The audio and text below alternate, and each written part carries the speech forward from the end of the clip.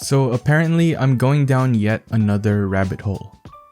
I've been using mechanical keyboards for years now, but recently I really wanted to try linear keyboards and the thocks that are all the rage these days.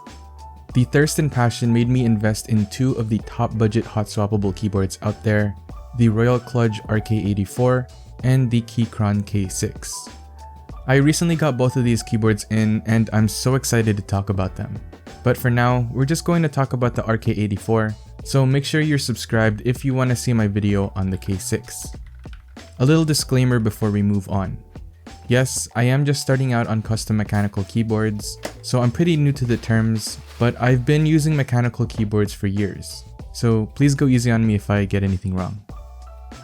The previous wireless keyboard that I was using is the Royal Kludge RK81, which I bought on April of 2018.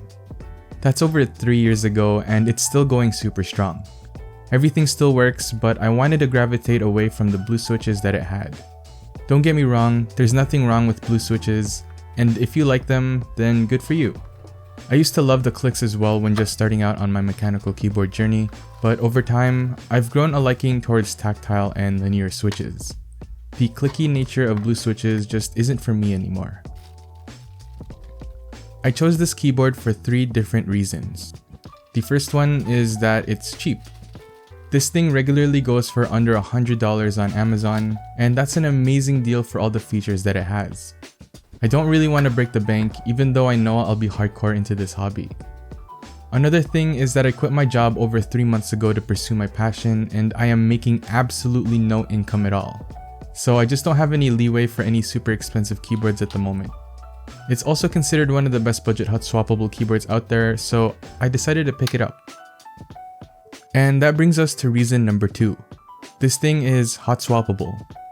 I thought that I would cheap out on the case and get myself some super cool switches that I can test out and experiment with.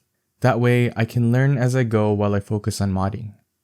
It would be horrible if I spent a bunch of money on a case but ended up ruining it due to some dumb mistake. Again, I am making no income at all, so I'm probably going with the budget switches for now, and I hope to expand on that in the future. If you have any linear switch suggestions, let me know. I just truly think that investing in a keyboard that's hot swappable is a no-brainer if you like to rotate in between switches. Last but not least, the third reason is it's wireless. The reason for wanting a wireless keyboard is because I use both Windows and Mac. I wanted a keyboard that I can use to switch back and forth in between the 2 operating systems with the flick of a switch, instead of unplugging the cable and plugging it into the other machine. With this keyboard, I have the best of both worlds thanks to the 2.4 GHz dongle. It's stored on the bottom of my keyboard when not in use, but basically, I have the dongle plugged into my laptop, which should be better in terms of latency compared to Bluetooth when I game, and I just have this keyboard connected through Bluetooth on my Mac. I don't game super hardcore and I don't get very good ping due to where I live, so a wireless connection will suffice for me. All I have to do to switch in between is flick this little switch on the bottom of the keyboard and you're good to go. You can connect up to 3 devices through Bluetooth and switch in between them with a function shortcut, by the way.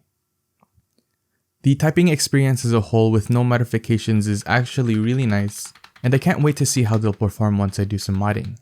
Like I said before, I have absolutely no experience with any other type of nicer keyboards, especially the super expensive custom ones, so I'm going off solely on my experience alone.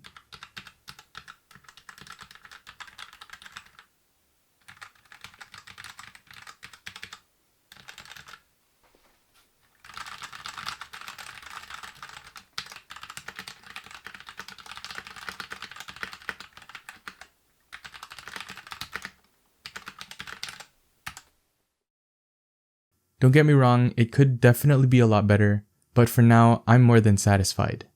It definitely beats the sound of blue switches in my opinion. Again, no hate intended.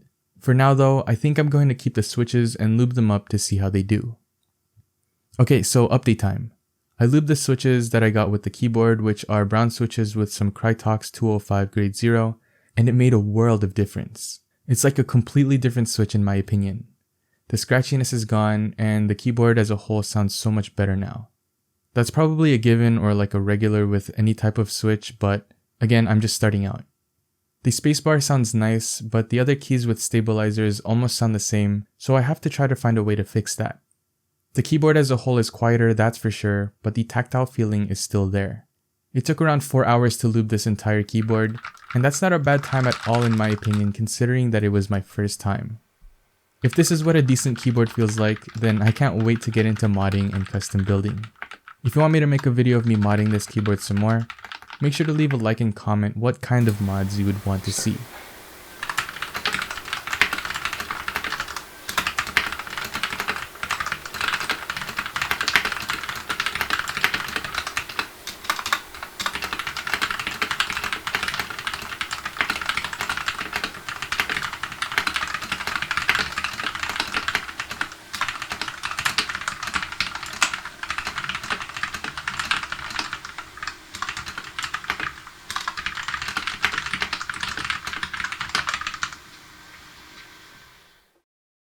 I hope I've entertained you a little bit. I'll leave some links in the description to the keyboard and the stuff I used if you're interested, as it will help support the channel if you purchase from there. If you enjoyed, please leave a like. Thanks for watching, and I'll see you in the next video. Peace.